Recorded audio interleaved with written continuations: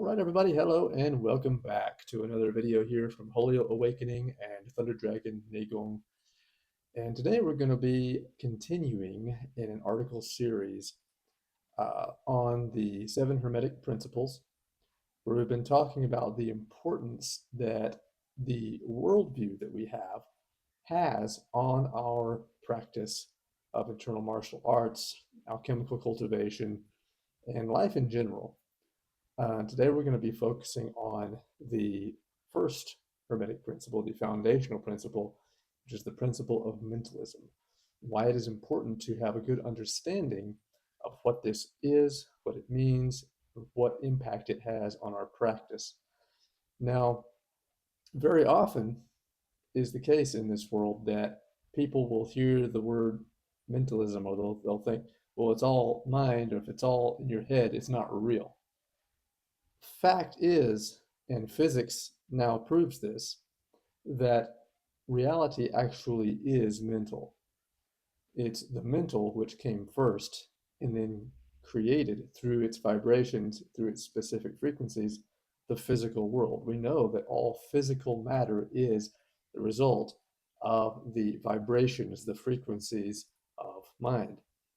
And so the first thing we have to get out of the way is this this immediate aversion that many people have to the idea of something being mental or in your mind or a thought, and it's not real. That's actually not the case, um, as we'll see as we go through this article. So before we begin, be sure and do all the things, like, subscribe, follow, whatever is applicable, wherever you're watching this, to be notified of further videos, educational materials, uploads. And also check out the links below where we have our website, which is full of articles like this, and other videos, courses, consultations, and other things that we offer there. So with that said, we'll go ahead and get started. The principle of mentalism. Mind as the foundation of alchemical practice. In this second article of our series exploring the seven Hermetic Principles, we begin with the first and most fundamental of them all, the principle of mentalism. This principle is placed first for a reason. It establishes the very ground upon which all other principles rest and defines our understanding of reality itself. Without grasping mentalism, the deeper logic of alchemy, internal martial arts, and internal cultivation remains fragmented or mysterious. And that is very important. So much of this is considered to be mysterious, esoteric stuff that is considered far out there. But in actuality, what we're doing is scientifically valid. It is scientifically rooted. It's just the language that is often used is very, very abstract, very metaphysical.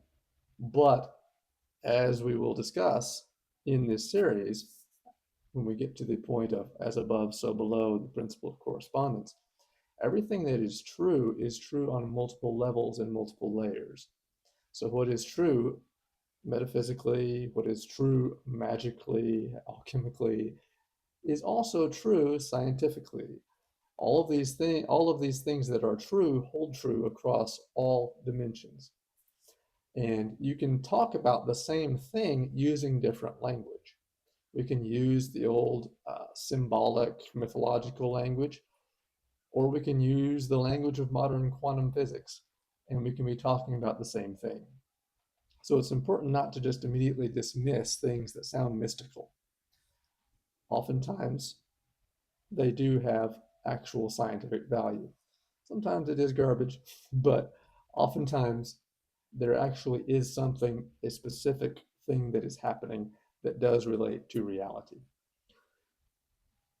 At its essence, the principle of mentalism states, the all is mind. The universe is mental. This is not a poetic metaphor. It is a precise ontological claim about the nature of existence. The nature of existence. Mind is the source, the original source of all things. As I said, we already know through modern physics that everything that is material is actually the result of frequencies. Frequencies are thought forms originating from mind. This is, as we will see, carried across all ancient traditions as well. Two competing views of reality. The dominant modern worldview is materialistic. In this view, matter is primary. The universe began with the Big Bang, particles emerged, complexity increased, life arose, and consciousness appeared as a byproduct of biological processes. Mind, in this framework, is something that happened to matter. It emerged from matter as matter became more complex. The Hermetic worldview and the worldview underlying Daoist alchemy, yogic philosophy, and other internal traditions reverses this sequence entirely. Mind comes first. Matter is not the origin, but the expression. Consciousness is not an accident of physics. Physics is an expression of consciousness. While this idea has long been dismissed as mystical speculation, modern physics and mathematics have increasingly begun to undermine the purely material model. Matter as frequency, the physics of mentalism. At its deepest levels explored by physics, matter no longer behaves like solid stuff. Quantum mechanics reveals that particles are better described as probability waves, mathematical functions that only resolve into definite states upon interaction or observation. What we call matter is fundamentally organized vibration. From string theory to quantum field theory, the physical universe is described not in terms of objects, but in terms of mathematical relationships, symmetries, frequencies. Particles are excitations of underlying fields. Fields themselves are defined by equations. Reality at its base is not material. It is informational and mathematical. Just as we can say, as an analogy, just as there is a source code behind a computer program that causes everything that we see in the program, so too, mathematics itself is the source code behind the universe.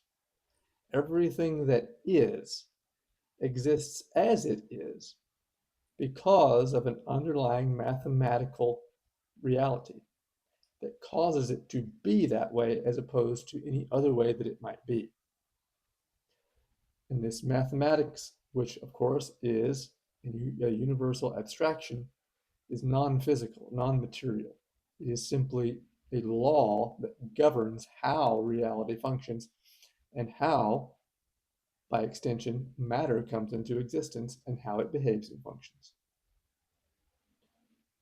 This brings us directly into the realm of ontological mathematics.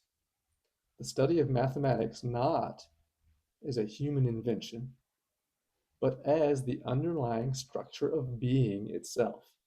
Mathematical laws are not located in space or time, yet they govern everything that appears within space and time.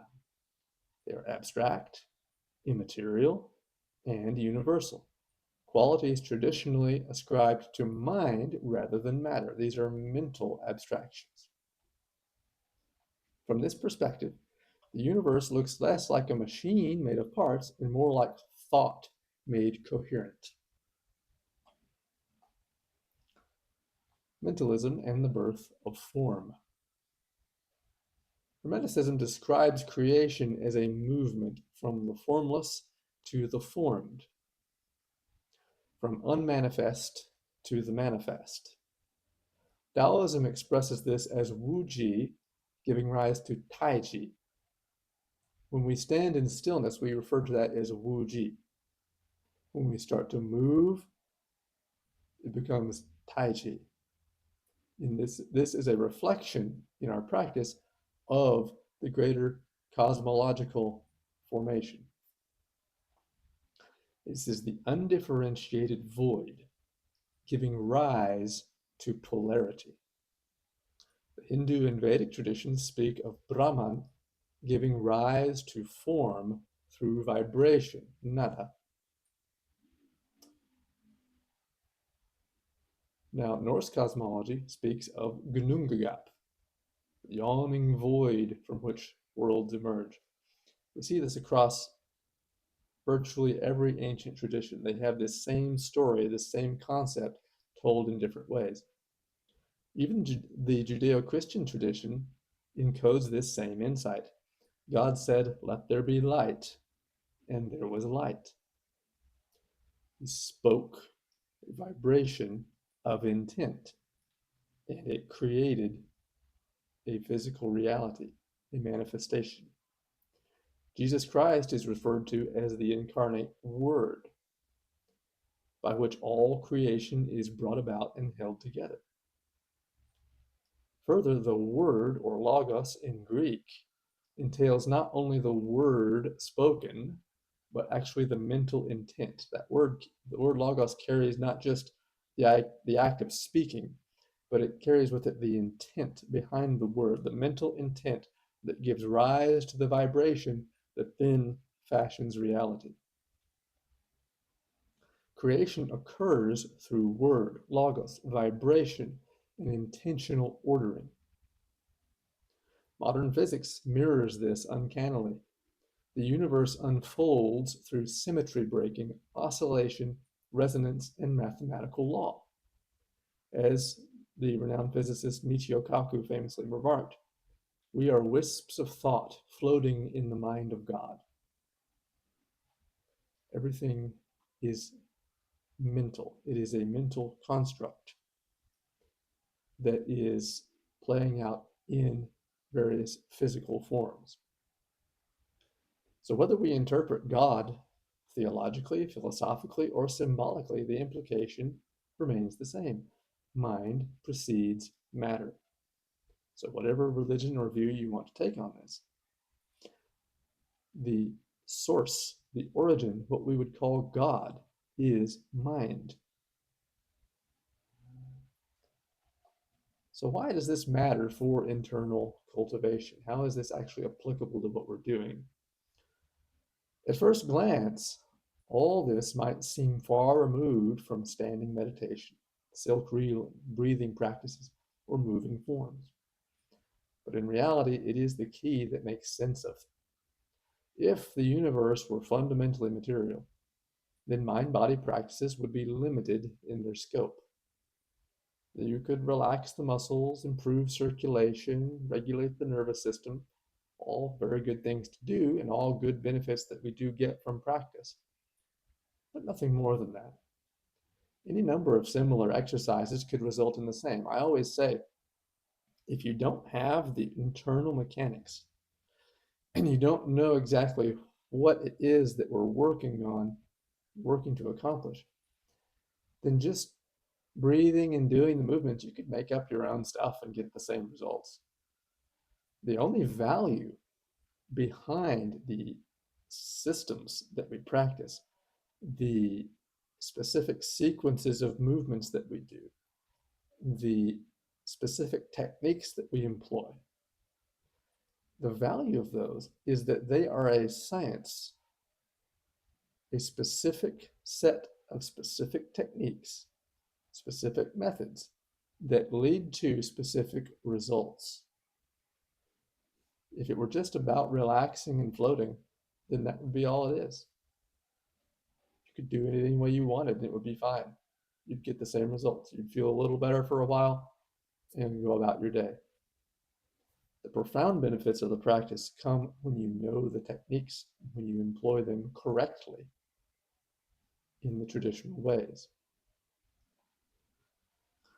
However, if mind organizes matter, then intentional practices become tools for direct participation in the creative process, which is what we're doing. As I said, when we stand in Wu-Ji, in stillness, we begin to move. In Taiji, we have divided and begun the movement, the creation of the cosmos.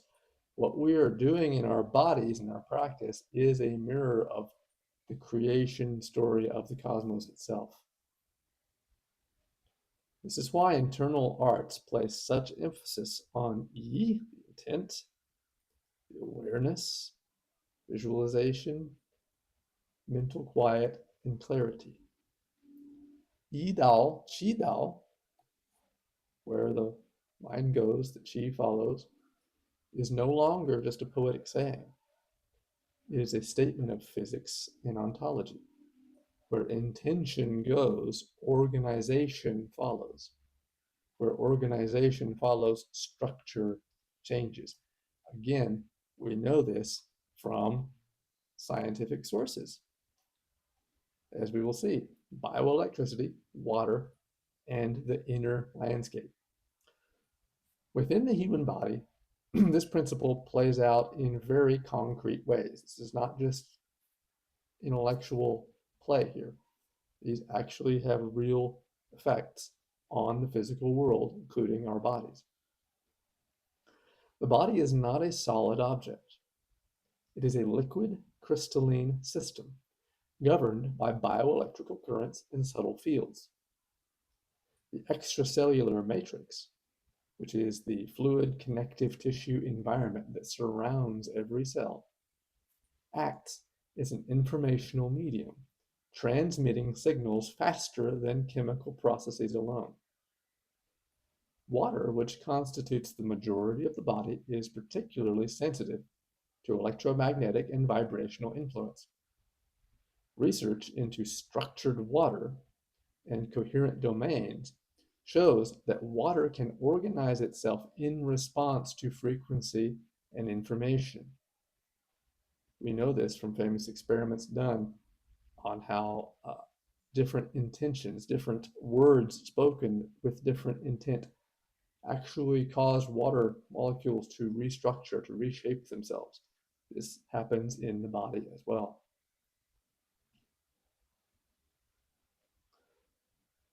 So the extracellular matrix, which is the liquid crystalline gel that contains and connects all the cells in the body, is composed of this structured water in the form of H3O positive and H3O2 negative, which conducts electrical currents and frequencies in order to govern the cells. This extracellular matrix is actually what governs the cells. Modern medicine is behind on this in thinking that, well, everything is targeted to the cell. The cell is the basic unit of life, and the cell controls all things. Not so. The cell behaves based on the information that it gets from the extracellular matrix, from this liquid crystalline network that connects through all the body. The vibrations, the frequencies that affect the quality of this liquid crystalline network is what governs how the cells behave. This is one of the reasons why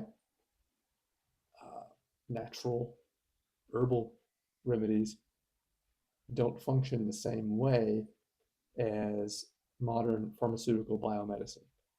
Natural herbal remedies practiced in the traditional way focus on adjusting the quality of the tissues in the body, which then cascades down to the cell and brings about better function and health. Modern pharmaceutical biomedicine targets the cell directly and forces a change, which is why we get unwanted side effects, and over time it actually deteriorates our health. So while popular discussions often oversimplify this, the underlying principle is sound. Biological systems are frequency-based systems. So when we practice Qigong, Taijiquan, Neigong, meditation, we are not merely moving energy in a vague sense. We are modulating bioelectrical patterns, altering coherence, and introducing new informational order into the body's internal environment. Mental focus, breath, and posture act together as frequency-shaping tools. So in this light, internal practice becomes applied mentalism. And this is where the alchemy happens. Alchemy, the process of changing, refining, burning away impurities, and altering and optimizing the structure of our bodies. This is where it happens. And this is the true value of the deeper practice. Demystifying alchemy. Alchemy has long been shrouded in symbolism, secrecy, and misunderstanding. When viewed through a purely material lens, it appears magical or implausible. But when viewed through the lens of mentalism, it becomes logical.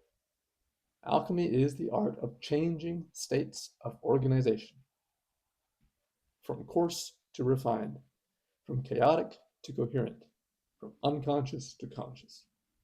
If mind is foundational, then refining mind refines matter. Transforming awareness transforms physiology. Cultivating intent reshapes the internal terrain. What once seemed esoteric now becomes systematic. Mentalism and the compass of practice. The principle of mentalism gives us orientation. It tells us what kind of universe we are practicing in. It explains why subtle work produces profound effects, why stillness can be more powerful than force, and why internal arts insist on quality of awareness over merely quantity of effort. There is plenty of effort involved, but the quality must be there first. So as we continue this series, each subsequent Hermetic principle will further refine this picture, showing how mind expresses itself through correspondence, vibration, polarity, rhythm, causality, and gender. But all of them rest upon this first insight, that reality is mental at its root. And cultivation is the art of consciously participating in that reality. So with this understanding, the path of alchemy ceases to be mysterious speculation, and it becomes a disciplined, intelligible, and deeply practical journey toward integration and wholeness. And that's what we want to understand about these practices. That magic and mysticism is just symbolic, fanciful language to discuss something that modern physics already has validated. We are now, in our modern times, with our understanding of physics as it is, just coming back full circle to realize what they were actually talking about in ancient times. While in ancient times they didn't have the instruments to test all of these things, to observe all of these tiny particles, and to observe the actual wave functions. But they intuited this, they felt it, they perceived it through their connection with reality that we do not often have today. And they came up with these understandings of how these principles worked, even without the ability to truly study them as we do today. But what we're talking about is the same. We're talking about cultivating and refining a power of intent that is able to shape our reality, ourselves, our surroundings into the best optimal case according to our life. So that's the point of what we're trying to do in these practices at the ultimate level. It's not simply about relaxing and feeling better, although we will. That's a good side benefit. But if we stop there, we're missing out on the wealth of power and benefits that truly come from these practices. So with that said, we will call it quits there and pick up with the next article. Uh, Again, if you haven't already, make sure that you like, subscribe, hit the notifications, and definitely check out the website where we've got plenty more articles like this, a bunch of herbal monographs, things of that nature. And we have, of course, our courses, classes, and consultations all available there. So with that said, take care, and we will see you next time.